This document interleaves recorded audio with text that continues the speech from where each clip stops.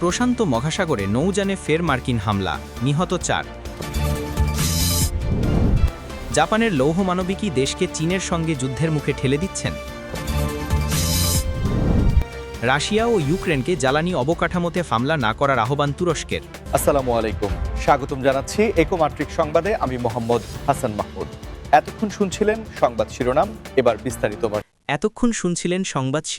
এবার বিস্তারিত। প্রশান্ত মহাসাগরে নৌযানে ফের মার্কিন হামলা, নিহত ৪। প্রশান্ত মহাসাগরের বুকে সাম্প্রতিক সময়ে আবারও মার্কিন নৌবাহিনীর এক অভিযান আলোচনার কেন্দ্রবিন্দুতে এসেছে, যেখানে একটি নৌযানে হামলায় ৪ জনের প্রাণহানির ঘটনা ঘটেছে। এই ঘটনাটি আন্তর্জাতিক মহলে গভীর উদ্বেগ সৃষ্টি করেছে এবং এর পেছনে প্রকৃত উদ্দেশ্য কী তা নিয়ে প্রশ্ন উঠেছে। মার্কিন প্রতিরক্ষা মন্ত্রণালয় থেকে প্রাথমিকভাবে জানানো হয়েছে যে এই অভিযানটি একটি সুনির্দিষ্ট লক্ষ্যবস্তুকে কেন্দ্র করে পরিচালিত হয়েছিল, যা আঞ্চলিক নিরাপত্তা এবং মাদক চোরাচালান দমনের অংশ হিসেবে দেখা হচ্ছে। তবে নিহতদের পরিচয় এবং তারা কোন দেশের নাগরিক ছিলেন সে বিষয়ে বিস্তারিত তথ্য এখনও প্রকাশ করা হয়নি, যা এই ঘটনার রহস্য আরও ঘনীভূত করেছে। স্থানীয় সময় অনুযায়ী এই অভিযানটি এমন এক সময়ে ঘটেছে যখন প্রশান্ত মহাসাগরীয় অঞ্চলে বিভিন্ন দেশের সামরিক তৎপরতা বৃদ্ধি পেয়েছে। বিশেষ করে এই অঞ্চলটি আন্তর্জাতিক বাণিজ্য এবং কৌশলগত দিক থেকে অত্যন্ত গুরুত্বপূর্ণ। অতীতেও এই অঞ্চলে বিভিন্ন দেশের মধ্যে সামরিক মহড়া এবং নজরদারি কার্যক্রম দেখা গেছে, যা অনেক সময় উত্তেজনা সৃষ্টি করেছে। এবারের ঘটনাটিও তার ব্যতিক্রম নয়। বিশেষজ্ঞরা মনে করছেন এই ধরনের ঘটনাগুলো আঞ্চলিক স্থিতিশীলতার জন্য একটি বড় চ্যালেঞ্জ তৈরি করে, কারণ প্রতিটি দেশেরই তার নিজস্ব জলসীমায় সার্বভৌমত্ব বজায় রাখার অধিকার রয়েছে এবং যে কোনো বহিস্থ হস্তক্ষেপ পরিস্থিতিকে জটিল করে তুলতে পারে। এই ঘটনার পর আন্তর্জাতিক মানবাধিকার সংস্থাগুলো দ্রুত তদন্তের দাবি জানিয়েছে, যাতে প্রকৃত সত্য উদ্ঘাটিত হয় এবং দায়ীদের জবাবদিহিতার আওতায় আনা যায়।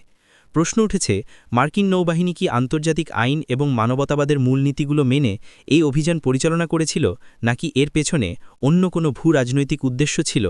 এই মুহূর্তে এই প্রশ্নের কোনো স্পষ্ট উত্তর পাওয়া যাচ্ছে না, তবে নিহতদের পরিবার এবং আন্তর্জাতিক সম্প্রদায় দ্রুত এবং স্বচ্ছ তদন্তের প্রত্যাশায় রয়েছে। এই ঘটনাটি শুধু একটি সামরিক অভিযান নয়, বরং আন্তর্জাতিক সম্পর্কের ক্ষেত্রে এর সুদূরপ্রসারী প্রভাব থাকতে পারে।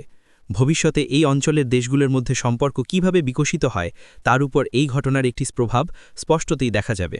রাশিয়া ও ইউক্রেনকে জ্বালানি অবকাঠামোতে হামলা না করার আহ্বান তুরস্কের। রাশিয়া ও ইউক্রেনের মধ্যে চলমান সংঘাত বিশ্বজুড়ে গভীর উদ্বেগ সৃষ্টি করেছে, বিশেষ করে যখন জ্বালানি অবকাঠামোতে হামলার ঘটনাগুলি বৃদ্ধি পাচ্ছে। এই পরিস্থিতিতে তুরস্ক উভয় পক্ষকে জ্বালানি অবকাঠামোতে হামলা চালানো থেকে বিরত থাকার জন্য জোরালো আহ্বান জানিয়েছে। তুরস্কের এই পদক্ষেপ আঞ্চলিক এবং আন্তর্জাতিক স্থিতিশীলতা বজায় রাখার ক্ষেত্রে একটি গুরুত্বপূর্ণ ভূমিকা পালন করছে।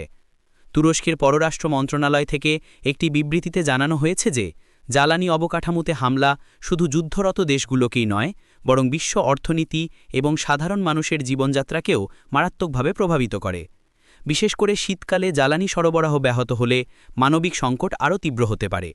তুরস্কের এই আহ্বান আন্তর্জাতিক মহলে ব্যাপক সমর্থন পেয়েছে, কারণ অনেক দেশই এই সংঘাতের কারণে সৃষ্ট বৈশ্বিক জ্বালানি সংকটের মুখোমুখি হচ্ছে।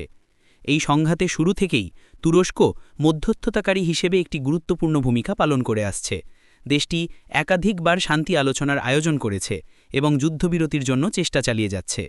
তুরস্কের এই উদ্যোগগুলি এই অঞ্চলে শান্তি ও স্থিতিশীলতা বজায় রাখার জন্য অত্যন্ত গুরুত্বপূর্ণ। জ্বালানি অবকাঠামোতে হামলা শুধুমাত্র সরাসরি সামরিক লক্ষ্যবস্তুকে প্রভাবিত করে না, বরং এর একটি বৃহত্তর অর্থনৈতিক এবং মানবিক প্রভাব রয়েছে। বিদ্যুৎ কেন্দ্র, গ্যাস পাইপলাইন এবং তেলের ডিপোতে হামলা হলে বিদ্যুৎ সরবরাহ ব্যাহত হয়, যা শিল্প উৎপাদন থেকে শুরু করে দৈনন্দিন জীবনযাত্রাকে প্রভাবিত করে।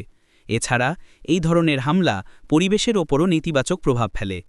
রাশিয়া এবং ইউক্রেন উভয়ই বিশ্বের অন্যতম প্রধান জ্বালানি উৎপাদক এবং সরবরাহকারী। তাদের মধ্যেকার সংঘাত বৈশ্বিক জ্বালানি বাজারে অস্থিরতা সৃষ্টি করেছে এবং তেলের দাম বৃদ্ধি পেয়েছে। এই পরিস্থিতি বিশ্বের অনেক দেশের অর্থনীতিকে চাপে ফেলেছে, বিশেষ করে যেসব দেশ জ্বালানি আমদানির ওপর নির্ভরশীল। তুরস্কের এই আহ্বান এমন একটি সময় এসেছে যখন উভয় পক্ষই একে অপরের জ্বালানি অবকাঠামোতে হামলা বাড়িয়ে দিয়েছে। এই ধরনের হামলা আন্তর্জাতিক আইন এবং যুদ্ধের নিয়মাবলী লঙ্ঘন হতে পারে বলে অনেক আন্তর্জাতিক বিশ্লেষক মনে করছেন। এই পরিস্থিতিতে তুরস্কের মতো একটি দেশের মধ্যস্থতা এবং শান্তিকামী ভূমিকা অত্যন্ত প্রশংসনীয়। আমাদের চ্যানেল এই ধরনের আন্তর্জাতিক সংঘাতে শান্তিপূর্ণ সমাধানের জন্য সর্বদা সমর্থন করে। আপনারাও যদি মনে করেন যে সংঘাতের পরিবর্তে আলোচনার মাধ্যমে সমস্যা সমাধান হওয়া উচিত, তাহলে এই ভিডিওটি লাইক করুন এবং আমাদের চ্যানেল সাবস্ক্রাইব করে আমাদের পাশে থাকুন। আপনাদের মতামত এবং সমর্থন আমাদের জন্য অত্যন্ত মূল্যবান। জাপানের লৌহমানবী কি দেশকে চীনের সঙ্গে যুদ্ধের মুখে ঠেলে দিচ্ছেন? জাপানের রাজনৈতিক অঙ্গনে ইদানিং এক নতুন মুখ বেশ আলোচিত হচ্ছেন, যাকে অনেকে লৌহমানবী উপাধিতে ভূষিত করেছেন।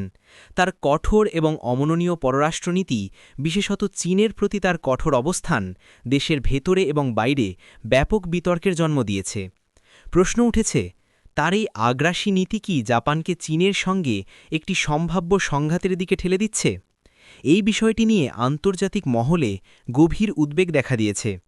এই লৌহমানবী নামে পরিচিত নেত্রী সম্প্রতি বেশ কিছু বিতর্কিত মন্তব্য করেছেন, যেখানে তিনি চীনের আঞ্চলিক প্রভাবকে সরাসরি চ্যালেঞ্জ করেছেন। বিশেষ করে দক্ষিণ চীন সাগরে চীনের ক্রমবর্ধমান সামরিক উপস্থিতি এবং তাইওয়ানের প্রতি চীনের মনোভাব নিয়ে তিনি কঠোর সমালোচনা করেছেন। তারই ধরনের মন্তব্য জাপানের ঐতিহ্যবাহী কূটনৈতিক পন্থা থেকে সরে আসার ইঙ্গিত দেয়, যা সাধারণত আলোচনার মাধ্যমে সমস্যার সমাধানের পথ খোঁজে। তবে এই নেত্রীর সমর্থকরা মনে করেন যে তার কঠোর অবস্থান জাপানের জাতীয় স্বার্থ রক্ষার জন্য অপরিহার্য। তাদের মতে চীনের ক্রমবর্ধমান সামরিক শক্তি এবং আঞ্চলিক আগ্রাসন মোকাবিলায় জাপানের আরও শক্তিশালী পদক্ষেপ নেওয়া উচিত। তারা আরও দাবি করেন যে তার নীতিগুলো জাপানের নিরাপত্তা এবং সার্বভৌমত্ব নিশ্চিত করবে। অন্যদিকে সমালোচকরা আশঙ্কা করছেন যে তার এই নীতিগুলো জাপানকে একটি অস্থিতিশীল পরিস্থিতির দিকে ঠেলে দিতে পারে। তাদের মতে চীন এবং জাপানের মধ্যে যে কোনো সামরিক সংঘাত শুধু এই দুটি দেশকেই নয়, বরং পুরো এশিয়া এবং বিশ্ব অর্থনীতিকে ক্ষতিগ্রস্ত করবে। এই অঞ্চলের দেশগুলোর মধ্যে দীর্ঘদিনের শান্তি ও স্থিতিশীলতা বজায় রাখার জন্য উভয় দেশের মধ্যে বন্ধুত্বপূর্ণ সম্পর্ক অপরিহার্য।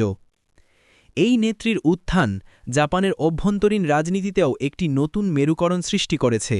অনেকেই মনে করেন যে তিনি জাপানের সামরিক শক্তি বৃদ্ধির পক্ষে এবং দেশের সংবিধানের ৯ নং অনুচ্ছেদ, যা জাপানকে যুদ্ধের অধিকার থেকে বঞ্চিত করে, তা সংশোধনের পক্ষে। এই ধরনের পদক্ষেপগুলো জাপানের শান্তিবাদী ভাবমূর্তিকে ক্ষতিগ্রস্ত করতে পারে বলে অনেকে মনে করেন। আন্তর্জাতিক বিশ্লেষকরা এই পরিস্থিতিকে অত্যন্ত সতর্কতার সঙ্গে পর্যবেক্ষণ করছেন। তাদের মতে জাপান এবং চীনের মধ্যে সম্পর্ক এই মুহূর্তে একটি গুরুত্বপূর্ণ মোড়ে দাঁড়িয়ে আছে। এই লৌহমানবী নেত্রীর পরবর্তী পদক্ষেপগুলো এই অঞ্চলের ভবিষ্যৎ নির্ধারণে গুরুত্বপূর্ণ ভূমিকা পালন করবে।